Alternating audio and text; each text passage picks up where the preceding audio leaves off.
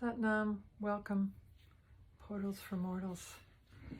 Working within this yellow seed year as described to us in the Mayan calendars. The Mayans have delineated this special period of time, starting with 2012, which is the time of no time. The Mayans tell us time is art. Time has now become art. And before 2012 and before when we were in the Piscean age, things were delineated by time and space. The world we lived in was more 3D, meaning not as much consciousness to other dimensions than just what we see around us. What we see around us is third dimensional living, third dimensional seeing. Our bodies live in the third dimension. However, our soul and our consciousness expands into many dimensions. And the earth herself holds 9 dimensions. So as Ascension masters, those who are walking through this time and space with the consciousness of wanting to raise the frequency on the planet to make life better for all living beings on the planet, we want to pay attention to what the frequency is. And the frequencies are what the Mayans have been giving us. And astrology gives us the clues, and you can feel the clues. And there's many modalities for understanding and working with these frequencies. There's infinite frequencies. And working with the mind, the yellow this year, we have a finite and an infinite mind. So our finite mind, we've been talking about as 3 aspects, or 3 parts. And the infinite mind has infinite aspects and infinite parts. So the infinite mind is who you really are. That's connected to your soul. So that's in your star chakra, above your crown chakra, where you interface with your soul consciousness, which goes into the field, into the void, and connects with the infinite. It's like the golden thread. They call it a golden thread or a silver thread. And it's connected way out into the infinite, which is connects and connects and connects all the way back to source, whatever you determine source to be for yourself.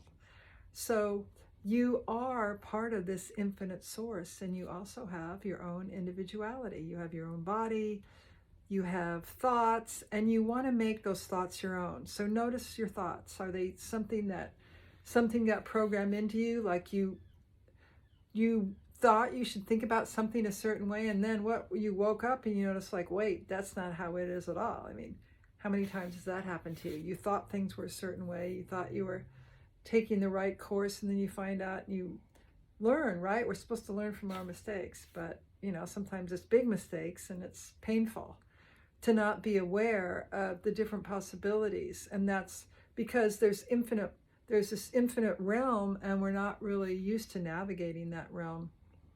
So the best way to navigate that realm, the infinite realm, and develop the infinite part of ourselves, so we can be receiving these new frequencies that are coming onto the planet, these ascension frequencies, we have to be open to the infinite. We have to be open to something new. And that's opening the infinite part of the mind, the soul mind. We have a 3D mind and a soul mind, a finite and an infinite mind. So this infinite mind, you want to bring the breath up from the root. Yogis call it Mulabandha. You pull up and in on the first 3 chakras. And you want to bring the breath up, lift up on the diaphragm, bring the head back, put it on top of the spine so the Kundalini can rise up your spine. So you want to bring the breath up and focus right here on the forehead, the frontal lobe of the brain, the center of consciousness is right here. So you want to stimulate that pineal gland. It's in the center of your brain. So if you focus here, bring the breath up, the life force up, it's going to stimulate your brain, and it's going to stimulate your thinking, and it's going to expand your thinking, so you can expand into the infinite, so you can receive through your spirit, through your soul, so your spirit can be expanded, and your spirit can be in the light, and you can move into this bubble of light, this bubble of your sovereignty within this infinite field, the self-existing warrior. And we're working with warrior energy. There's a word I notice is being used a lot lately, is patriots. And another word, I think, warrior is a good word, spiritual warrior, which I'm sure you've heard that term, but I'm inviting you right now to join as a spiritual warrior. So actually, we are in a war, and we are in a war for consciousness. We are in a war for our own sovereignty, our own self-existence, and to move into that space that allows you and the world to blossom. And then we can move more and more when we have that expansion of opening up. Then we can also connect with other people because we're expanding into this unified field of consciousness. And in the unified field, we have unity consciousness. There is no competition. We know how to work with the earth and abundance and resources and with each other. We can become self-existing and also self-regulating. So we don't have to overeat junk food that makes us more hungry for all kinds of other food and just, waste money on things that don't serve life.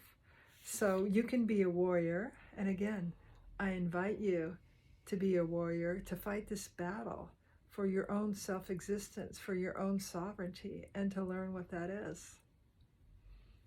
Yellow self-existing warrior, the frequencies coming through that we get to master at this time. Satnam.